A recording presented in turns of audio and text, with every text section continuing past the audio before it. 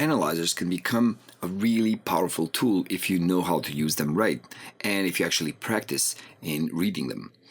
So what I usually have in all of my projects on my master track, like right here, I have 2 copies of this span meter because I really like span. It's quite configurable. A lot of the things inside of it can be set, customly. But let's say I just use a couple of presets like this default preset and the master preset that it has right there. Although I do change them sometimes, but for now, for the sake of this example, this is what I would do. Now I'm going to pull down the volume of the song so we don't listen to it. It's a trance song playing. I'm going to play it for you just a tiny bit at least.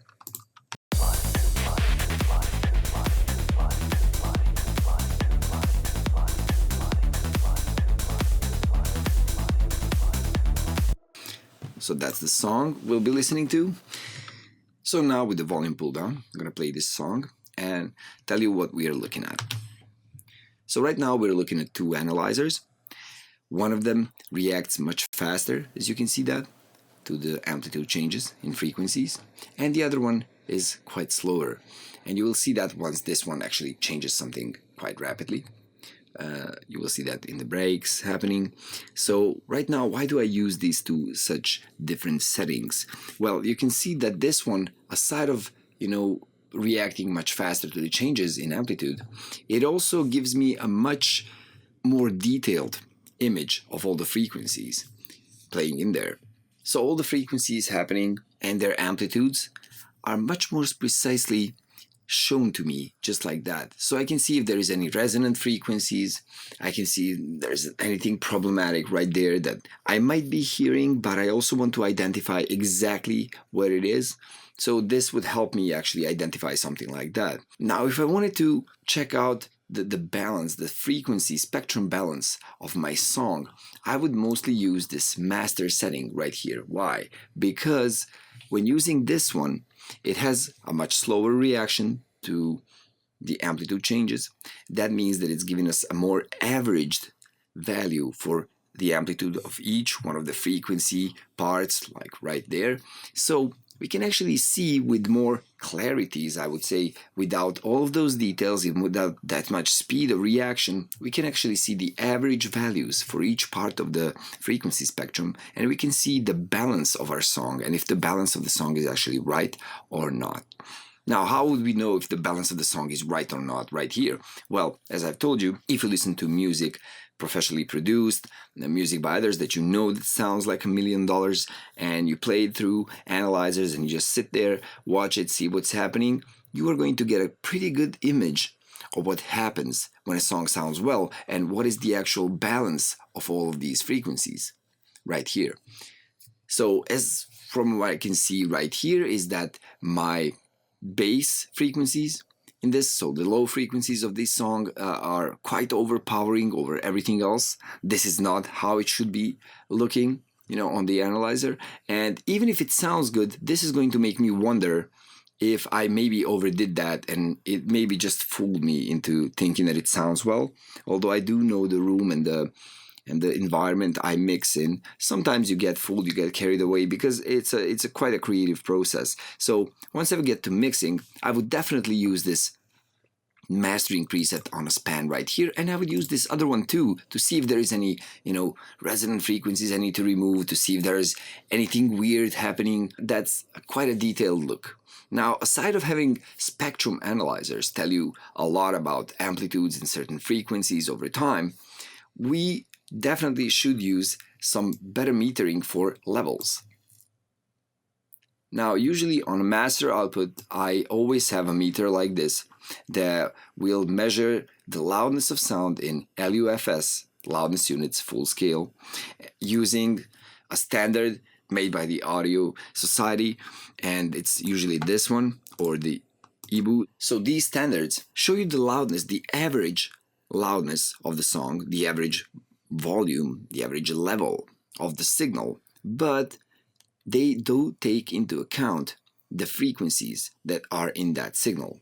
So as far as what we had, let's say 5, 6, 7 years ago, was the RMS metering, and the RMS was just root mean square, so an average value of the signal Now today we have the LUFS or the LKFS, but it stands for the same thing. So the loudness units full scale is actually going to show us the loudness units, as they call them, but it's nothing else than the RMS measuring, but applying a filter to the signal before the measurement takes place.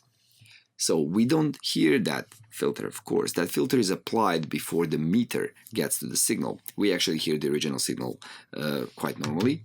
I'm going to stop the song and play it again. So we hear the original signal quite normally, but what happens inside is that all the frequencies below 100 Hertz are rolled off, and we have a high shelf filter at 1 or 2K, I think, as I last read in the technical documentation of this. And once that is applied, and then we measure the average volume of the signal, that average value that we get shown right here is more approximated to how we actually hear and perceive sound, since not all the frequencies are heard by humans the same manner, in the same loudness. So we do not perceive all the frequencies from within the spectrum of frequencies that we hear, from 20 Hertz to 20,000 Hertz, in the same manner. Of course, that also changes depending on the amplitude of the signal, but still, while measuring, this is a much more subjective and a much more precise measurement of how loud something is going to sound to us when played.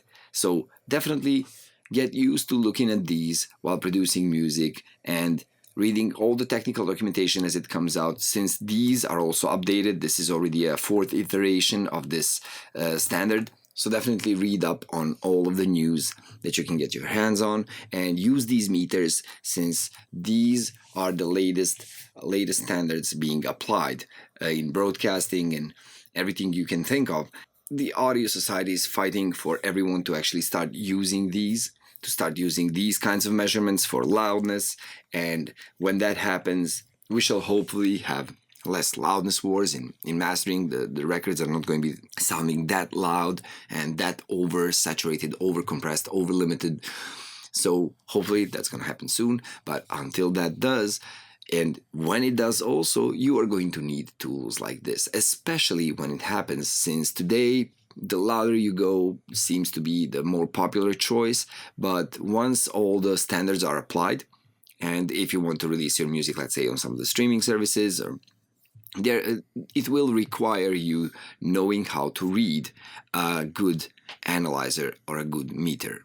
So always have in mind that using analyzers is half of your hearing. You might be acclimated to your room, knowing exactly how your room sounds, how much bass should be there, but you might also be fooled, because not every day you have the same ears on you, you don't have the same blood pressure, so you could be quite easily fooled by the levels of certain frequency range, depending on if you heard a loud noise in that frequency range beforehand that day. So using meters is only going to help you get some right decisions in case you made some wrong ones. This is actually going to open your eyes, and let's say I would right now see that my bass is overpowering everything, and my bass and kick drum, so all the low frequencies, and I will pull them down just a tiny bit just to see if I can make that look good on the analyzer and see if it actually sounds good, because in the end what it sounds like is the most important. But if I pull that down and it still sounds good, that means that I actually have been fooling myself, and most probably I have. So this is what I would do. Always use these, and I do have a second monitor that is going to show me only these meterings, and I have that all the time. So I don't use the second monitor for a mixer or something like that. I like my metering always present. So be sure to drop these in. These are free. You can drop them into your projects and just listen to, popular music of the genre you're making, or other genres too, and just practice reading these so that it becomes a second nature. It will help you a lot in your work.